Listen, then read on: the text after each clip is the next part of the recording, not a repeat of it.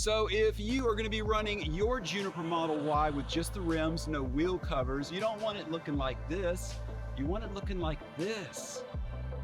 And this is how we are going to get that look.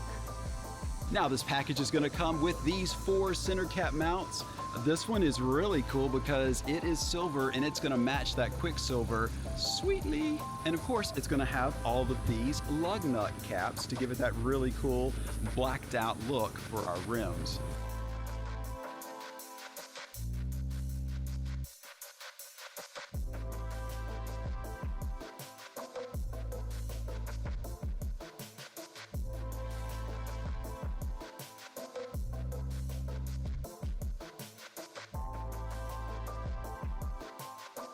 Yeah, it's just a super easy, very inexpensive way to complete the look of just having rims on your Juniper Model Y. I will leave a link in the description below so you can go check them out.